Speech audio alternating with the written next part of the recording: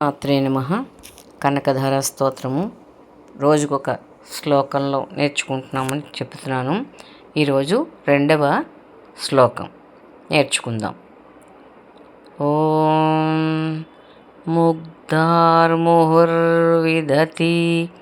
వదనే మురారేః ముగ్ధా ముహుర్విదతి వదనే మురారేః ప్రేమత్రపా ప్రణిహితాని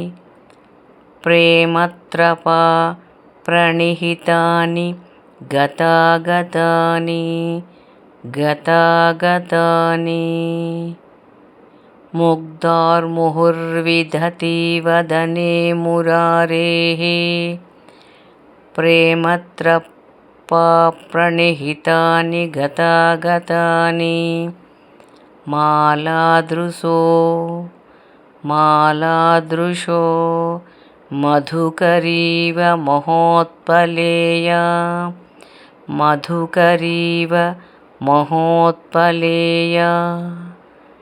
సామే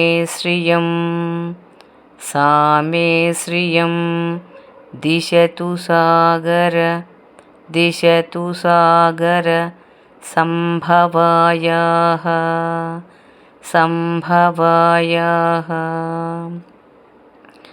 మాలాదృశోన్మధుకరీవ మహోత్పలేయ సామే శ్రియం దిశతు సాగర సంభవాయాః. పూర్తి శ్లోకం చదువుదాం. ముగ్ధార్ముహుర్వదతి వదనే మురారేః ప్రేమత్రపా ప్రణిహితాని గతాగతాని మాలాదృశోన్మధుకరీవ మహోత్పలేయ సామే శ్రియం దిశతు సాగర సంభవాయాః.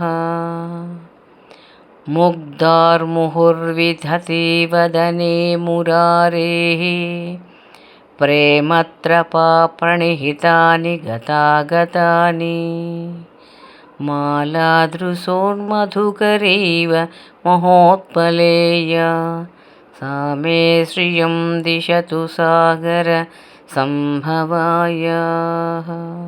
తాత్పర్యం: పెద్ద నల్ల కలువుపై నుండు ఆడు తుమ్మెద వలె శ్రీహరి ముఖమునందు ప్రేమ సిగ్గుచే ముందుకు వెనుకకు ప్రసరించుచున్న సాగర సంజాత అయిన ఆ లక్ష్మీదేవి యొక్క కృపాకటాక్షము నాకు ప్రసాదించునుగాక, సంపదను ప్రసాదించునుగాక అని ఈ శ్లోకం తాలూకా తాత్పర్యం. చాలా అద్భుతమైన శ్లోకం అండి. మీరు కూడా విని నేర్చుకోండి. నచ్చితే లైక్ చేయండి, షేర్ చేయండి. కొత్త వాళ్ళైతే సబ్స్క్రైబ్ చేసి మీ వాల్యుబుల్ కామెంట్స్ కూడా పెట్టండి. శ్రీమాత్రే నమః.